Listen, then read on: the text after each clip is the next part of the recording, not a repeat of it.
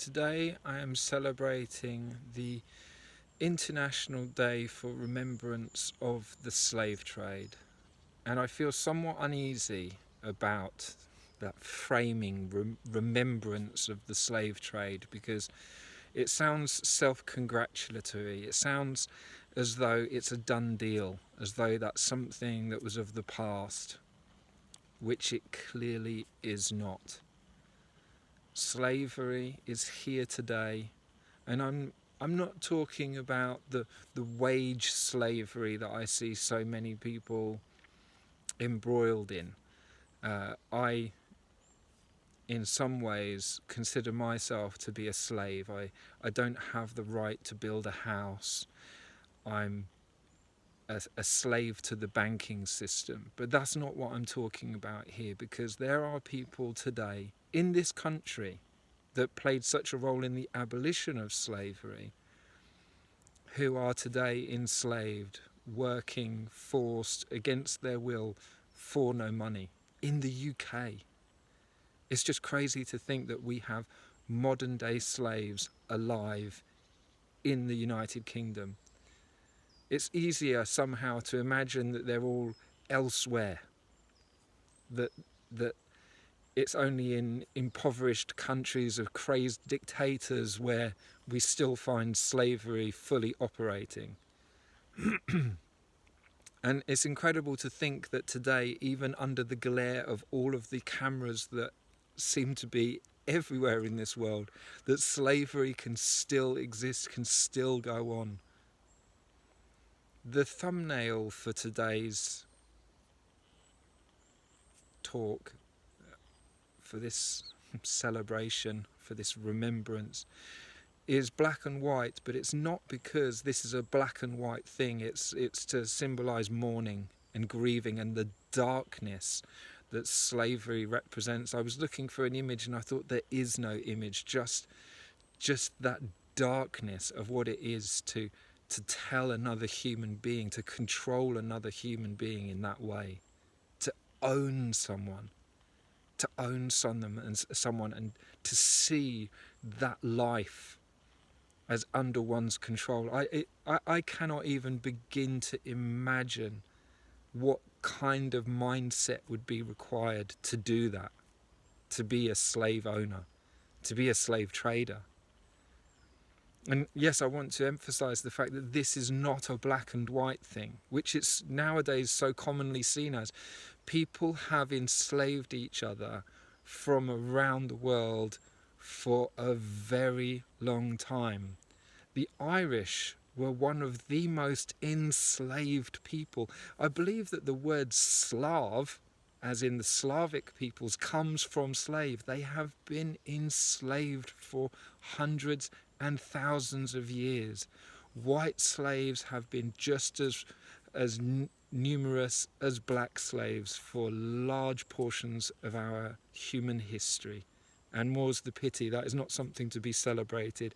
It says something about, if I try to really empathize with what drives slave owners to dominate in that way, I guess it comes from a real deep-seated fear for survival. I imagine that the practice of owning slaves dates back to times of great deprivation, where perhaps one's survival counted upon it. Maybe, I don't know, maybe I'm clutching at straws in trying to offer some kind of rationale behind why humans decided to subjugate other humans to serve them. I'm sure if I really give some thought to exploring that, there'll be more empathy I could have. But today, where we've had hundreds of years since the British first said, this must stop, and for all the colonial atrocities that were committed by the British Empire, is it not some act of salvation, the fact that they committed so much of their time, energy, money, resources into undoing this great harm that was being done? I take some small pride, not that it was my doing, but for all the reasons to be guilty for being English, I take some small pride in the fact that my progenitors, like my ascendants in this country, stood up and looked at themselves and said, "Yeah, you know what? This isn't accordance with our values. We have to stop this. There's a deeper truth." It can't have been easy. It can't have been easy. I myself am facing things that I do and that I have done that I wish to do no more. And it's not easy. So today is the International Day for Remembrance of the Slave Trade. And I don't wish for that remembrance to be past tense, because it is here now. There are websites that you can look at that show statistics of modern slavery, and it's horrifying. It counts in the millions. We're not talking about the odd one or two.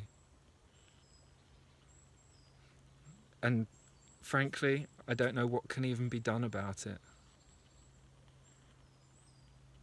except pledging deeply within ourselves that we do not contribute to that if we can at all help it. Unfortunately, just the very presence of the devices that you're holding in your hand and that I'm recording into now have probably contributed to the enslavement of people. And yet, how do we live without them? I've been trying consciously to find a way to live without a phone. And I don't know how to do it.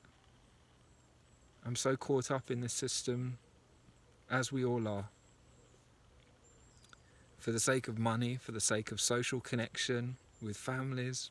You know, this year, I don't know if this is true anywhere else, but in Britain next year they're getting rid of landlines. It will no longer be possible to phone somebody's house or anywhere without a mobile phone. We're entering a very different period of history. And my prayer is just that the corporations can find some way of regulating themselves, like with the slave owners, to put themselves in order. So today, let's have a moment to remember that not just the atrocities of the slave trade and the attempts to bring it to an end, but the fact that today there are people living in slavery. And we may have some small role to play in that.